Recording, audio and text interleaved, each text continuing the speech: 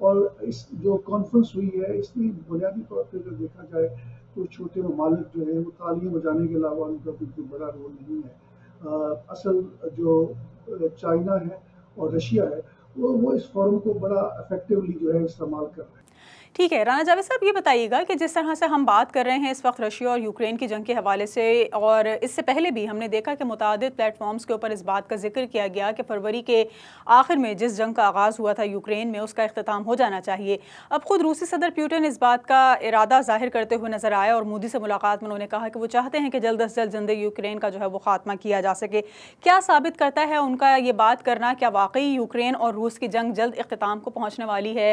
روس جو ہے وہ شکست تسلیم کرتا نظر آ رہا ہے، یا پھر یہ صرف اور صرف ایک بیان کے طور پر لیا جا سکتا ہے اسٹیٹمنٹ؟ دیکھیے، جو انڈیا کا کہنا ہے رشیا کو کہ وہ روس کے اوپر کنسیشن، وہ یوکرین کے اوپر کنسیشن، اس کی کوئی اہمیت نہیں ہے. انڈیا جو ہے وہ دونوں طرف کھیل رہا ہے، امریکا کے ساتھ بھی کھیل رہا ہے، رشیا کے ساتھ بھی کھیل رہا ہے. رشیا سے انہوں نے بڑے افیکٹولی جو ہے سستا تیل لیا ہے. لیکن میں آپ کو بڑی پکچر جو ڈیولپ ہو رہی ہے خطے میں اس کو بتاتا ہوں. جو ویسٹ ہے، مغرب ہے، لیڈ بائی امریکنس، اور پورا یورپ اس کے ساتھ شامل ہے، فرانس، جرمنی، برٹن اور دیگر جو یورپی ممالک ہیں، وہ اس وقت زیرو سم گیم، ان کا خیال تھا کہ وہ زیرو سم گیم کھیلیں گے. یوکرین کے اندر جس طرح افغانستان میں سوویت یونین کو انہوں نے ہرایا ہے، پاکستان اور باقی مسلمان ممالک اور افغانیوں کے ذریعے، اسی طرح ہم یوکرین کے اندر جو ہے وہ رشیا کو، جو کہ سوویت یونین کی ایک انہیریٹڈ اسٹیٹ ہے، اس کو ایگزاسٹ آؤٹ کریں. آپ دیکھیں گے رشیا رقبے کے لحاظ سے دنیا کا سب سے بڑا ملک ہے، اور بہت بڑا ملک ہے، اچھی یعنی اتنی بہت بڑی اس کی ایک رقبہ ہے جس کی آپ تصور نہیں کر سکتے. اس کے اندر بہت سارے جو ہیں، میں سمجھتا ہوں کہ پورے کا پورا یورپ جو ہے وہ سما سکتا ہے، اتنا اس سے بڑا ہے. تو ویسٹ چاہتا ہے کہ رشیا کے ٹکڑے کیے جائیں. انہوں نے پہلے کچھ پولیٹیکل ایلیمنٹس کو پراپر کرنے کی کوشش کی، تو رشین پریزیڈنٹ پوٹن نے اس کو جیل میں ڈال دیا، اور ساری ان کے حربے ناکام ہوئے. اسی طرح جو یوکرین کے اندر جو بنیادی رشیا کا کنسرن ہے وہ یہ کہ آپ جو ہے نیٹو کو جوائن نہ کریں. اگر نیٹو کو جوائن کریں گے تو ڈیفینس شیلڈ آپ یوکرین کے اندر لگا دیں گے، اور کل کوئی جنگ ہوتی ہے نیٹو کی رشیا کے ساتھ تو رشیا بہت ولنریبل ہو جائے گا. اس پورے کانٹیکس میں جو ہے میرا خیال ہے رشیا نے یہ پریونٹیو اٹیک کیا ہے یوکرین کے اوپر، اور ابھی بھی جو 5واں حصہ ہے یوکرین کا وہ رشیا کے قبضے میں ہے. ابھی حال ہی میں نارتھ ایسٹ کے اندر رشیا کو شکست ہوئی ہے، لیکن آپ بڑی پکچر دیکھیں، کریمیا رشیا نے پہلے ہی 2014 میں اس کو قبضے میں لے لیا. اب بھی بہت بڑا دونباس کا ریجن ہے وہ رشیا کے کنٹرول میں ہے، اور سارے ویپن سپلائیز جو ہے یوکرین فوج کو وہ ریسٹ دے رہا ہے. پاکستان سے بھی وہ کسی نہ کسی طرح وہ ویپن سپلائیز جو ہے وہ مختلف ملکوں کے ذریعے جو ہے وہ بھی ہوئی ہے. لیکن ابھی تک میں نہیں سمجھتا کہ جنگ میں دونوں طرف لاسز کے باوجود جو نیٹ لوزر ہے وہ یوکرین کے لوگ ہیں، اور مغرب پورا جو ہے ان کی جانوں کے اوپر کھیل رہا ہے. پورا ملک تباہ ہوتا جا رہا ہے، رشیا ان کے اوپر حملے کر رہا ہے. ظاہر ہے یوکرین وہ جنگ نہیں جیت سکتا، اور امریکہ کا مقصد بھی نہیں ہے کہ یوکرین جیتے.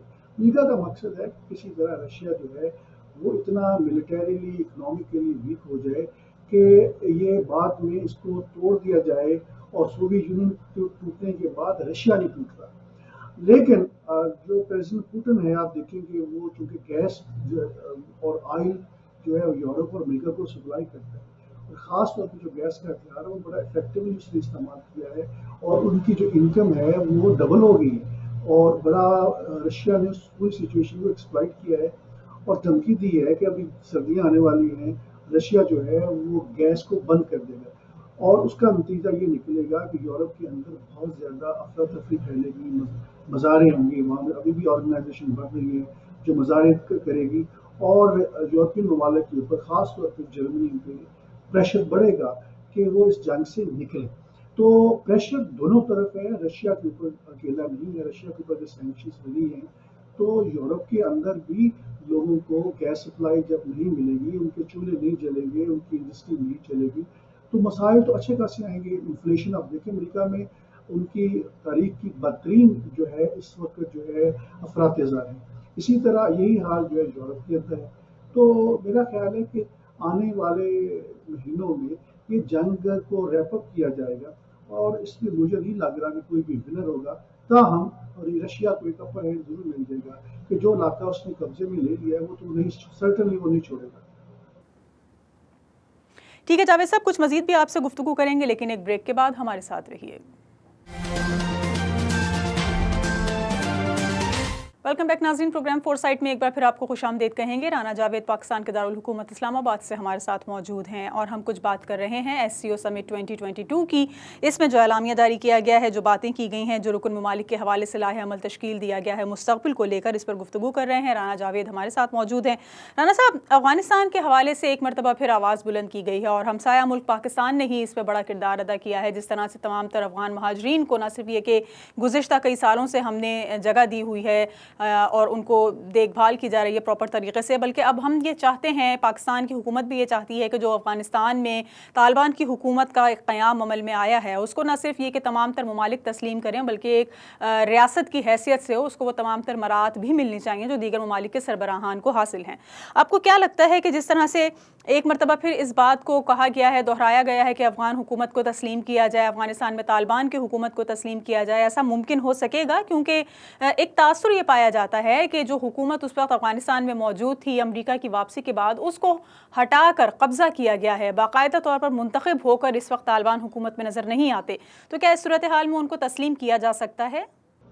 دیکھیں، پہلی بات تو یہ کہ طالبان نے جس حکومت کو کھاڑ کے پھینکا ہے وہ مغرب زدہ ایک پپٹ حکومت تھی جس کا کوئی عوام کے اندر وجود نہیں تھا. امریکہ نے بائی یوز آف فورس 2001 کے بعد ان کو انسٹال کیا تھا. مسو بمبنگ کی تھی، افغانستان کے 2 لاکھ لوگوں کو مارا، شہید کیا اور اس کے بعد ایک پپٹ حکومت کو انسٹال کیا.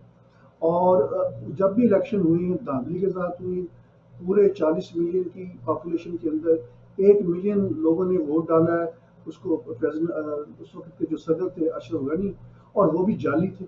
تو کہنے کا مقصد ہے طالبان واپس آئے ہیں. مجھے یہ بتائیں کہ کیا کوئی بھی انسرجنسی دنیا بھر میں عوام کی سپورٹ کے بغیر کامیاب ہو سکتی؟ ہو ہی نہیں سکتی. It is a next to impossible. اور جب سے طالبان آئے ہیں افغانستان کے اندر پورا امن ہو گیا. وہاں پہ کرائم جو ہے وہ they are close to not 0%. آپ رات کو جائیں جہاں جس شہر میں مرضی جائیں، بازاروں میں گھومے پھریں، کوئی چوری کی ڈاکے کے واقعات اس طرح نہیں ہوتے. یہ کام اشرف غنی کے دور میں نہیں ہو سکتا.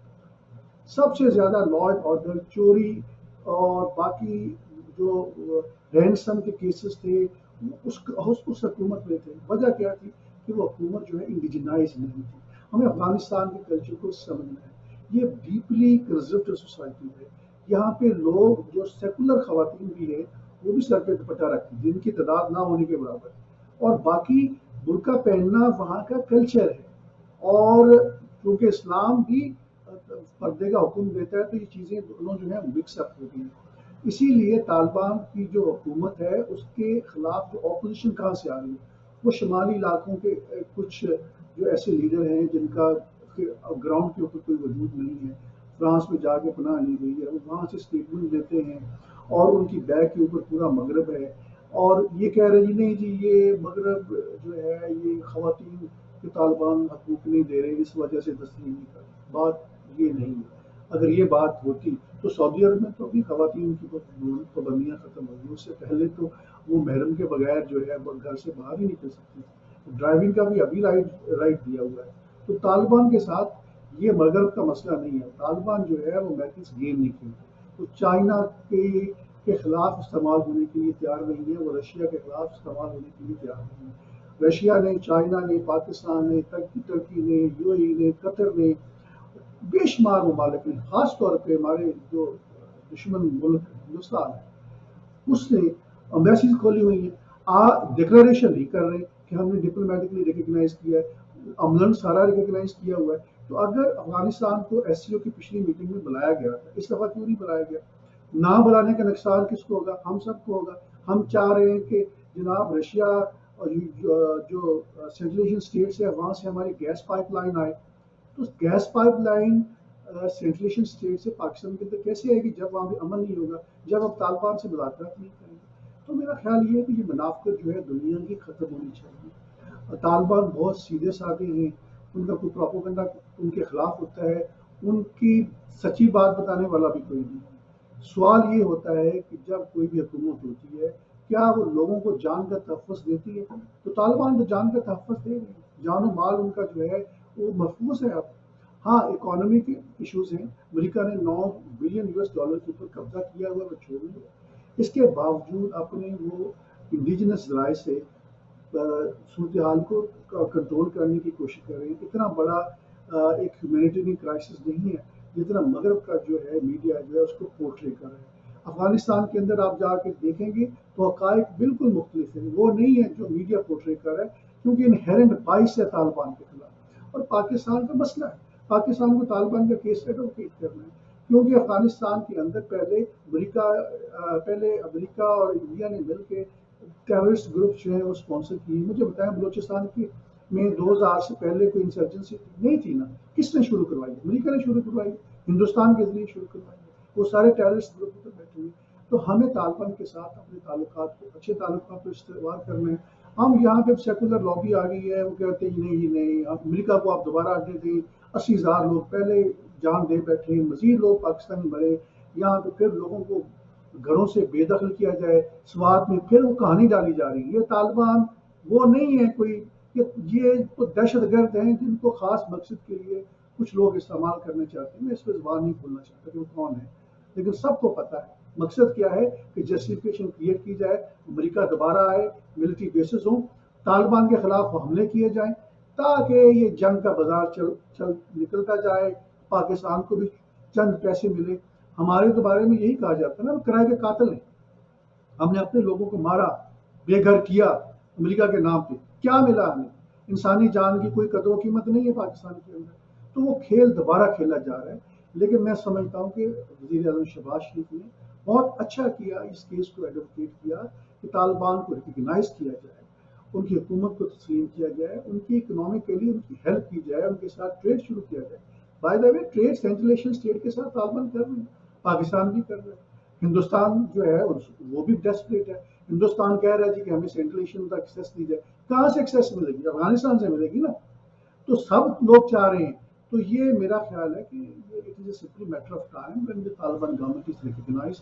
طالبان حکومت ایک ریالٹی ہے، اگر وہ ان کو ہٹا سکتے، ختم کر سکتے تو 52 ملک ان کو تباہ کرنے کے لیے آئے تھے تو ختم، وہ خود بیچارے ذلیل و خوار ہو کے جیسے چلے گئے۔